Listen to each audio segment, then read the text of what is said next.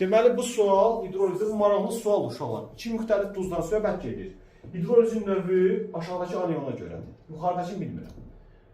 Bəzilərinin mühütün verib, bəzilərinin lakmusun rəngi falan. Bunlar istəyir də məndən. Mən bunu işləməliyəm. Mən bunu necə işləyəcəm? Birinci, əgər hidrolizin birinci mərhələsində əsası duz alınırsa, deməli, birinci mərhələdə məhsul nədir? Əsası duz. Yəni, metal, OH, turşu qalır. Mən bilirəm ki, əgər əsası duz alınırsa, deməli, bunun əsası zəif olub. Nəyə zəif olub? Deməli, o zaman bu zəif əsas, nədən? Zəif əsas qüvvətli turşudan ibarət bir duzdur. Zəif əsas qüvvətli turşu, hə? Məsələn, bir şey yazım onun yerinə, zəif əsas qüvvətli. Məsələn, kuprum, xlor 2 yaza bilərəm ikisinin yerinə. Zəif əsas qüvvətli turşu. Birinci mərhələdə kuprum, OH, xlor alınır. Nə alınır? İndi hidrolizin növü nətər olacaq? Zəifə görə, yəni müsbətə görə. Nəyə görə? Katyona görə. Nəyə görə? Katyona görə. O zaman mühit nə olacaq?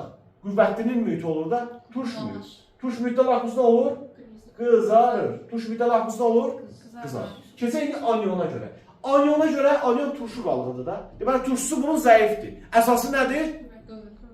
Deməli, qüvvətli əsas zəif turşu. Məsələn, natrium 2S götürə bilərəm.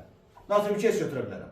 Proses aniona görə gələcək, bəli, 2S mənfiyə görə gələcək. Necə duz alınacaq? Turş duz. Çünki turşu zəifdir. Alınacaq məsələn natrium HS. Necə duz alınacaq? Turş duz. Bəs lakmus nə rənglə boyanır? Qüvvətli əsas olduğu üçün əsası mühit, lakmus nə olur?